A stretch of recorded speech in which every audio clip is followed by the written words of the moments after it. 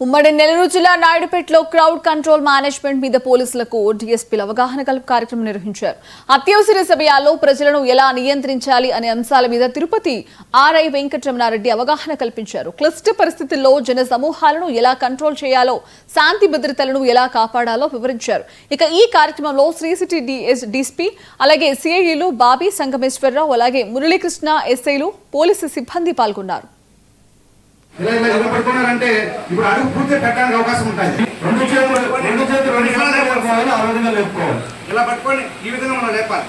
మన కాళ్ళు మనం ఈ విధంగా వేసుకోవాలి సార్. ఇంకో మూడో వ్యక్తి ఈ విధంగా వేసుకున్నామంటే అతను కాలు ఓడి చూడండి సార్, గమనించండి.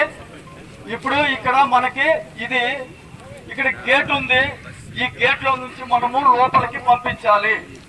ఈ గేట్ లో నుంచి మనము లోపలికి పంపించాలి. Okay sir. ఇప్పుడు మనము 3 బాక్సులు అంటే స్ట్రెంత్, ఈ స్ట్రెంత్ కి 3 బాక్సులు అయితే సరిపోయింది కాబట్టి 3 బాక్సులు మనం ఇన్ సర్వీసెస్ కోర్స్ మాదిరిగా ఒక్కో పర్టికులర్ పరిస్థితిని, ఈ ఒక రకమైన పరిస్థితిని మనం ఎలా డీల్ చేయాలి అనేది తెలుసుకోవడానికి ఈ క్లాస్ని ఎస్పీ గారు అరేంజ్ చేశారు. అలా అన్ని సబ్ డివిజన్లో జరగబోతున్నాయి. దీంట్లో మనం ఎక్కువగా డే టు డే మనం చేసేటువంటి బందోబస్తుల్లో మనకు వచ్చేటువంటి ఛాలెంజెస్ ఏంటి, వాటిని ఎలా ఓవర్కమ్ అవ్వాలి, ఎలా అధిగమించాలి, వాటిని నైపుణ్యంతో ఎలా చేయాలి అనేది చెప్పడం కోసం ఇది పెట్టారు. సో దీంట్లో నేను 2-3 పాయింట్లు ఇవన్నీ మీకు ఆల్రెడీ అంతకుముందు నెల్లూరు జిల్లాలో ఉన్నప్పుడు ఇలాంటి బందోబస్తులు, ఇలాంటి పరిస్థితులు ఎప్పుడు వచ్చిండవు.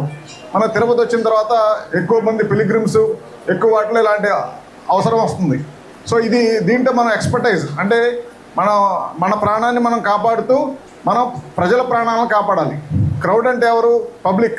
పబ్లిక్లో వాళ్ళు భక్తులు కావచ్చు, ఒక రాజకీయ పార్టీ కార్యకర్తలు కావచ్చు, లేదా ఒక సంఘటన చూడటానికి, లేదా ఒక మీటింగ్ని అటెండ్ అవ్వడానికి, ఒక ర్యాలీలో పార్టిసిపేట్ చేయడానికి సాధారణ ప్రజలు కావచ్చు, ఎవరైనా కావచ్చు.